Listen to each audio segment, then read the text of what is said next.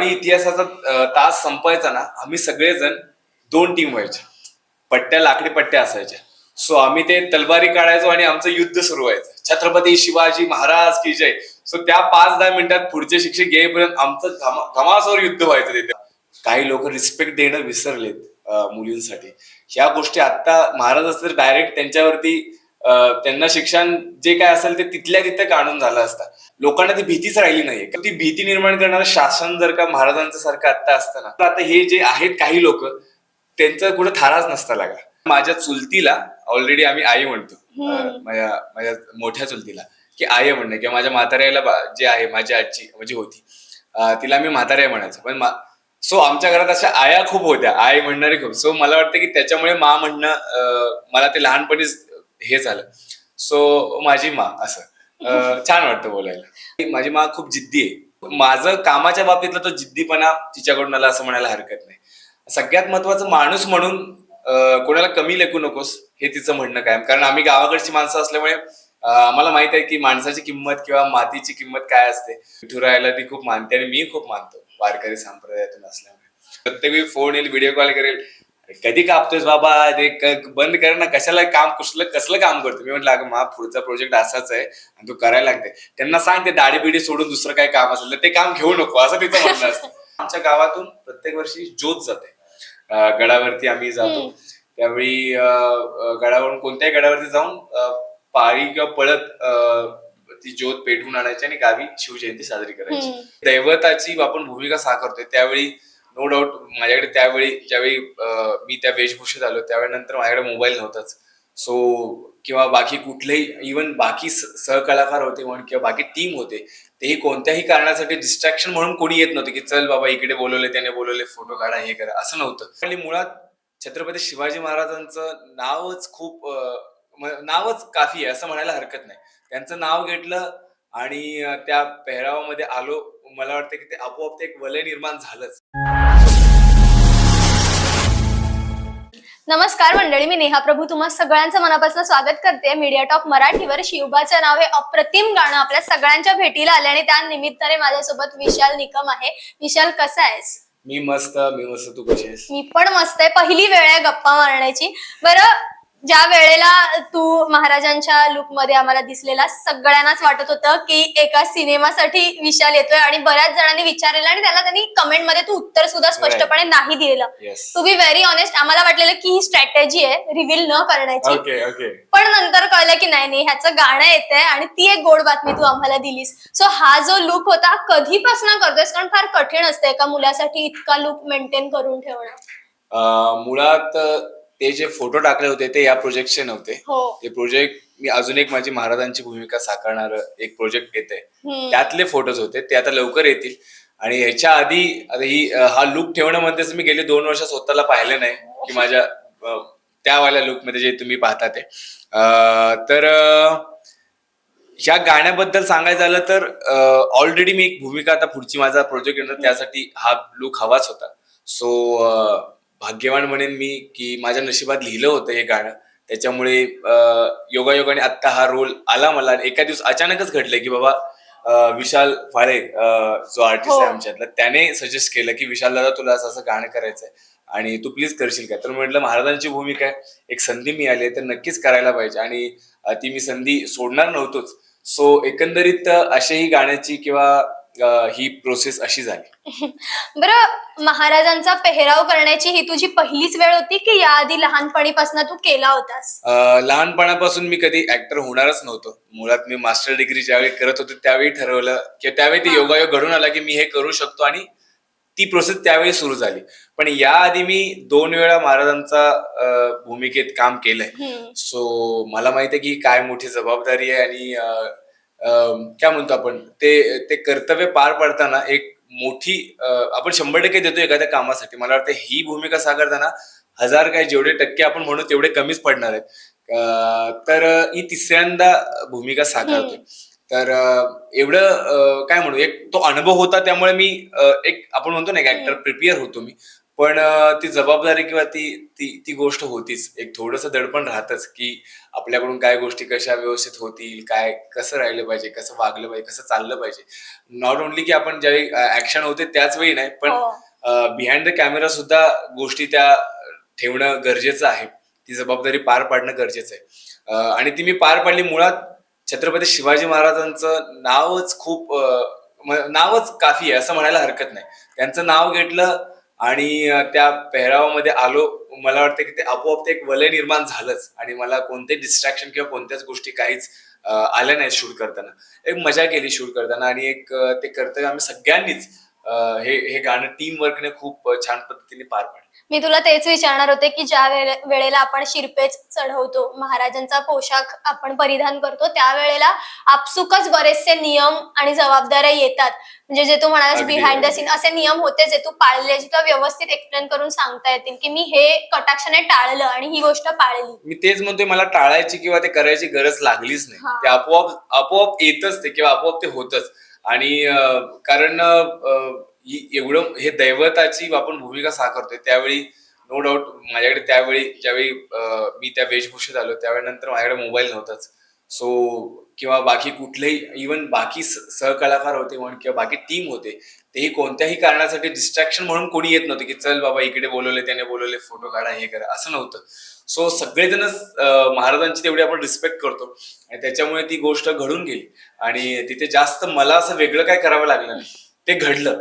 महाराजांच्या कृपेने, हा. त्यांचा आशीर्वाद. हो 100%. बरं, आपण तर महाराजांना पाहू नाही शकलो दुर्दैवाने, पण आपण जेवढं टीव्ही मध्ये किंवा सिरियल्सच्या चित्रपटांच्या माध्यमातून पाहिलंय, आम्हाला एवढं तर बेसिक माहितीये की महाराज त्यांच्या आईना आऊसाहेब, राजमाता जिजाऊंना आऊसाहेब किंवा मा साहेब म्हणायचे आणि तू तुझ्या आईला मा म्हणतोस. हो. सो बरंच असतं की आई म्हणतात, मम्मी म्हणतात, पण या मा या हाकेमागे काय गोष्ट आहे? खरं तर आई म्हणणंच भारी सगळ्यात. आई म्हणणं, कारण आपण मराठी आहोत. पण माझं कसं झालं की लहानपणी म्हणतो ना आपण, एक सराउंडिंग तसं होतं की ती मा म्हणण्याची सवय लागली मला तिकडे. सो मा आणि आई, कारण माझ्या चुलतीला ऑलरेडी आम्ही आई म्हणतो. माझ्या माझ्या मोठ्या चुलतीला की आई म्हणणं, किंवा माझ्या म्हाताऱ्याला जे आहे माझी आजी म्हणजे होती, तिला मी म्हाताऱ्या म्हणायचो. पण सो आमच्या घरात अशा आया खूप होत्या, आई म्हणणारी खूप. सो मला वाटतं की त्याच्यामुळे मा म्हणणं मला ते लहानपणीच हे झालं. सो माझी मा असं छान वाटतं बोलायला. बरं, छत्रपती शिवरायांचं जे व्यक्तित्व आहे ते घडलंय राजमाता जिजाऊंमुळे, त्यांच्या शिकवणीमुळे, त्यांनी जे बाळकडू दिलं त्यामुळे. तर तुझ्या माने तुला असं काय बाळकडू दिलं, काय घडवलं तुला, की जे संस्कार आजही तू पाळताना, मी बिग बॉस मध्ये तर पाहिलंच आहे, खऱ्या आयुष्यात पण तू ते पाळतच असशील, पण हे विचारायचं की लाईफ लेसन म्हणून तू, तत्व म्हणून ती पाळतोस की माझ्या आईची ही शिकवण आहे आणि मी ते तिच्या शब्दाखातर हे पाळतोच? खूप महत्वाचा प्रश्न आणि मला वाटतं प्रत्येकाने ते करावं. आपले आई वडील आपल्या मुलाचं चांगलंच बघतात. सो त्यांनी जे लहानपणापासून ज्या गोष्टी शिकवल्या माझ्या असतील की बाबा खरं राहायचं किंवा कोणाचं काय म्हणतो आपण, खोटं करून कोणती गोष्ट करू नको. हा. सो मला खरं राहायला आवडतं, तिच्याकडून मिळालं. माझी मा खूप जिद्दी आहे. एखादी गोष्ट ती म्हटली ना की विशाल, असं माझ्या बाबतीत इन जनरल समजा आमचं बोलणं असतं, तर तो माझं कामाच्या बाबतीतला तो जिद्दीपणा तिच्याकडून आला असं म्हणायला हरकत नाही. सगळ्यात महत्वाचं, माणूस म्हणून कोणाला कमी लेखू नकोस हे तिचं म्हणणं कायम. कारण आम्ही गावाकडची माणसं असल्यामुळे आम्हाला माहित आहे की माणसाची किंमत किंवा मातीची किंमत काय असते. सो ती गोष्ट तिकडून आली माझ्या मापासून. मी फक्त मालाच हे म्हणणार नाही, माझं सगळी फॅमिली, माझं गावातलं सगळं बॅकग्राऊंड म्हण, सगळ्या गोष्टी आल्या. आणि आत्ता जे मी आत्तापर्यंत जास्त लहानपणी केलं असेल फॉलो, पण आत्ता परत फॉलो करतोय ते म्हणजे अध्यात्माकडे थोडं लक्ष दे असं माझं म्हणणं. विठुरायाला ती खूप मानते आणि मी खूप मानतो वारकरी संप्रदायातून असल्यामुळे.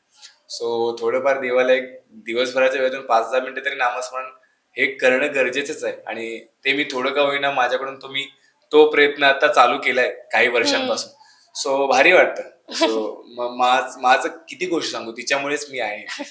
बरं, आपण आपल्याला जेवढं महाराजांबद्दल माहिती आहे त्यानुसार तरी ज्या ज्या गोष्टीतनं ऐकलंय की छत्रपती शिवरायांनी शाहिस्ते खानाची बोटं कापली होती, अफजल खानाचा कोतला बाहेर काढला होता, बादशाहच्या हातावर तुरी दिल्या होत्या, हे सगळं आपण वाचलंय. पण आता डे टू डे लाईफ मध्ये जगताना कुठल्या गोष्टीवरती कंट्रोल करावासा वाटतो, कुठली गोष्ट आहे जी इग्नोर करावीशी वाटते आणि कुठली गोष्ट आहे जी आपल्यातनं बाहेर काढून टाकावीशी वाटते? मग तुझ्या स्वतःच्या व्यक्तिमत्वातली असेल किंवा समाजात जे घडताना दिसतं त्यातलं असेल. एक पहिली कुठली गोष्ट म्हणाली? पहिलं होतं की त्यांनी शाहिस्ते खानाची आपल्यातली कुठली गोष्ट बाहेर काढली पाहिजे किंवा मला ती नकोय आता. जसं अफजल खानाचा कोतला बाहेर काढला होता तसं तुला काय वाटतं की मला वाटतं की सोशल मीडियाचा वापर खूप झालाय आजकाल.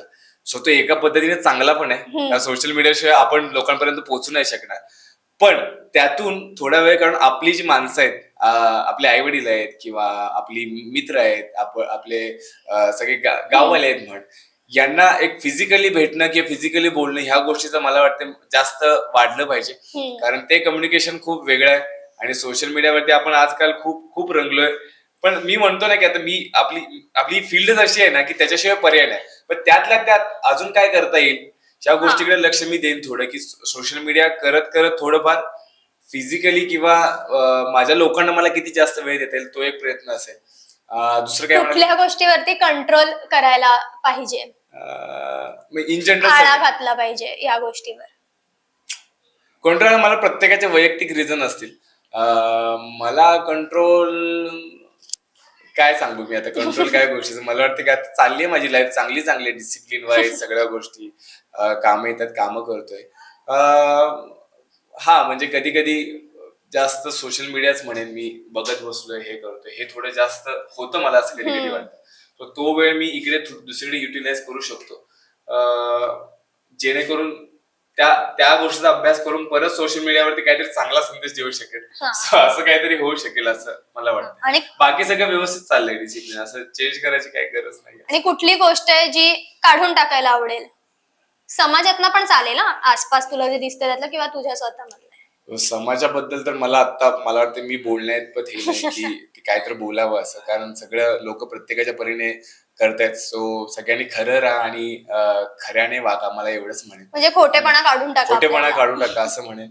आणि काय तुला सांगू, हे प्रश्न तू मला माझ्या बाबतीत विचारतेस ना, त्या बिग बॉसने मला एवढं शिकवलंय ना, ज्या गोष्टी काढून टाकायच्या होत्या, ज्या गोष्टी संयम करायचा, ते गोष्ट ते मला बिग बॉस मधून बाहेर आलो त्यावेळी ते सगळं गेलं तिकडे आतमध्ये. 100 दिवसानं खूप शिकवलं. सो आता असं जास्त काही चेंज करावं स्वतःमध्ये असं वाटत नाही. पण शिकण्यासाठी भरपूर गोष्टी आहेत, त्या मी शिकतोय. ऍज अन आर्टिस्ट म्हणून गोष्टी शिकण्यासारख्या आहेत. त्या गोष्टी, नवीन कामं बघतोय किंवा नवीन गोष्टी वाचणं म्हण, माणसांना बघणं, माणसांना ऑब्झर्व करणं, त्यांच्या त्या चांगल्या गोष्टी शिकणं, या गोष्टी चालू आहेत. बरं, छत्रपती शिवरायांचं नाव घेतलं की आपल्या प्रत्येकाला काहीतरी लहानपणीपासून आतापर्यंतचं काही ना काहीतरी डोळ्यासमोर येतं. मला आठवते ती एक पालखी जी नेहमी आमच्या एरियातनं निघायची. तुला काय आठवतं त्यांचं नाव घेतल्यावर? मला 2 गोष्टी आवर्जून आठवतात. मी 3 गोष्टी करतो. तिसरी मध्ये आमचे आडके सर म्हणून होते, इतिहास शिकवायचे. सो ज्यावेळी इतिहासाचा तास संपायचा ना, आम्ही सगळेजण 2 टीम व्हायच्या. लाकडी पट्ट्या असायच्या. सो आम्ही ते तलवारी काढायचो आणि आमचं युद्ध सुरू व्हायचं, छत्रपती शिवाजी महाराज की जय. सो त्या 5-10 मिनिटात पुढचे शिक्षक येईपर्यंत आमचं घमासावर युद्ध व्हायचं तिथे. म्हणजे ते तेवढं प्रभुत्व होतं की अजूनही आहे म्हण. त्याच्यानंतर आम्ही लहानपणी दिवाळीला किल्ले बनवतो. आता ते बट ऑब्वियस की नाही होत, कारण इकडे कामानिमित्त म्हण किंवा अशा गोष्टी. पण लहानपणीच्या त्या आठवणी आठवत आहेत. किल्ले बनवायचे, दगड आणून ते ठेवायचे, त्याच्यानंतर ते किल्ले प्रॉपर त्याच्यावरती हराळी टाकून प्रॉपर ते गवत बनवायचं, सैनिक ठेवायचे, महाराजांची मूर्ती ठेवायची. सो ही एक गोष्ट मला आठवते. आणि तिसरी गोष्ट, आमच्या गावातून प्रत्येक वर्षी ज्योत जाते. गडावरती आम्ही जातो त्यावेळी गडावरून कोणत्याही गडावरती जाऊन पाळी किंवा पळत ती ज्योत पेटवून आणायची आणि गावी शिवजयंती साजरी करायची. ही प्रोसेस एक मला त्या आठवणीतल्या गोष्टी आहेत. बरं, शाळेचा विषय काढलाय म्हणून सांगते की आपल्याला निबंध असायचा आणि निबंधामध्ये नेहमी असायचं की मला पंख आले तर, किंवा असंही असायचं की मी पंतप्रधान झालो तर. आणि त्यावेळी आपण आपल्याला सुचेल ते आपण आपल्या कल्पना विलासाने लिहत जायचो. आज मला विचारावं असं वाटतंय की समज जर आज महाराज असते तर, आजच्या जगात आजच्या युगात महाराज असते तर तुला काय वाटतं, काय बदल घडला असता, काय असतं?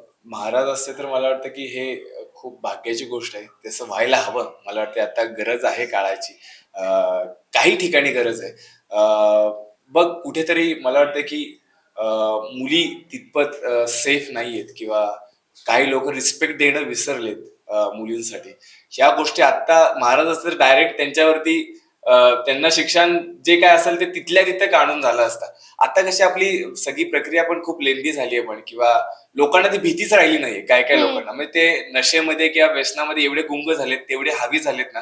सो ह्या गोष्टी म्हणजे त्यांना कोणाची भीती नाही ना स्वतःच्या आई वडिलांची भीती आहे ना किंवा स्वतःला मागे कोणी आहे आपलं असं काही भीतीच नाही. सो ती भीती निर्माण करणारं शासन जर का महाराजांचं सारखं आता असतं ना सो ती गोष्ट खूप मी हे नाही म्हणत की मुली म्हणजे सेफ नाहीये तसं पूर्ण नाही स्ट्रॉंग आहेत त्या स्वतःहून पण शिकतात सगळ्या गोष्टी पण एक म्हणतं मी माझं म्हणणं तुम्हाला समजलं की ती गोष्ट असती ना तर महाराज असते तर आता हे जे आहेत काही लोक त्यांचा कुठे थाराच नसता लागा सगळ्या गोष्टी मिटल्या असत्या आणि सगळेजण आनंदाने खुश राहिले असते सगळे छान सगळे प्रॉब्लेम सिस्टमॅटिकली सॉल्व्ह झाले असते सगळं सगळं छान झालं असतं अजून काय आणि बाहेर झालं असतं. जसं तू म्हणालास तसंच मला पुढे जोडून म्हणावं वाटतं की आपल्याला मेणबत्त्या पेटवायची वेळ नसती आली. जसं की काहीही झाल्यानंतर कुठल्याही स्त्रीवर अन्याय झाल्यानंतर आपण शेवटी मेणबत्त्या पेटवतो ते नसतं झालं कारण आपल्या गाण्यात आम्ही पाहिलंय की फक्त छेड काढत असताना ते महाराज direct, येऊन ते exactly, तलवारीने exactly, खात्मा करायचे. exactly. सो हे एक उदाहरण ते आहे जे झालं पाहिजे. कुठेतरी सेट केलंय आपण. आणि मला वाटतं की काही लोक आहेत ना समाजामध्ये ते करतायत चांगली कामं किंवा चांगल्या गोष्टी जसे महाराजांचे मर्दानी खेळ होते म्हण त्या गोष्टी त्या मुली तेवढ्याच ह्याने शिकतायत सगळ्या गोष्टी करतायत सो ते ते ते ती प्रोसेस कंटिन्यू चालू राहिली म्हणजे प्रत्येकाने ती गोष्ट शिकली पाहिजे. सो आहेत ना त्यावेळी पण मुघल होते शत्रू होते सो आता असे आपल्या जर काही शत्रू आहेत तर त्यांना तिथेच खात्मा करा तेवढी ताकद ठेवा प्रत्येकाने असं माझं म्हणणं आहे. बरं जाता जाता खूप उत्सुकता आहे म्हणून मी विचारते कॅज्युअल प्रश्न आहे की तुझ्याकडे पहिल्यांदा असं साऊथचा फील येतोय माहित नाही का पण येतोय. तर सर्वसामान्य लहान म्हणजे आपल्या सर्वसामान्य घरातल्या मुलांच्या घरी नेहमी असतं आईचं एक की केस वाढले की पहिलं सलून मध्ये जा. तुझ्या घरी असं आहे की नाही आई बापरे ओरडते बाप की नाही? खूप ओरडते खूप म्हणजे खूप प्रत्येक वेळी फोन येईल व्हिडिओ कॉल करेल कधी कापतोयस बाबा ते बंद कर ना कशाला काम कसलं काम करतो मी म्हटलं अगं पुढचा प्रोजेक्ट असाच आहे आणि तू करायला लागते त्यांना सांग ते दाढी बिडी सोडून दुसरं काय काम असेल तर ते काम घेऊ नको असं तिचं म्हणणं असतं. कधी मी 2 वर्ष झालं तुझं तोंड बघितलं असं तिचं म्हणणं झालंय माझं म्हणजे.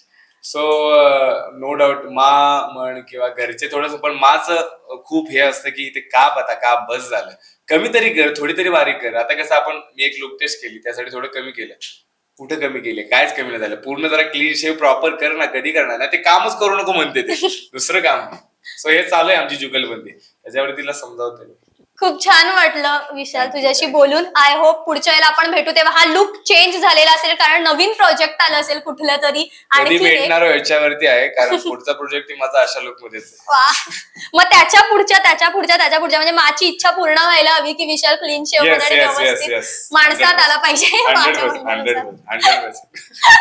खूप साऱ्या शुभेच्छा. मला वाटतं तू तुझ्या स्टाईल मध्ये तुझ्या परीने प्रेक्षकांना सांगावंस की या गाण्याला त्यांनी आणखी प्रेम द्यावं. मीडिया टॉक मराठीच्या संपूर्ण प्रेक्षकांना ही विनंती करेन की आतापर्यंत आपण भेटत आलोय तुम्ही भरभरून प्रेम दिले मला आणि याच प्रेमाची गरज माझ्या गाण्याला आमच्या गाण्याला शुभाचं नाव या गाण्याला आहे.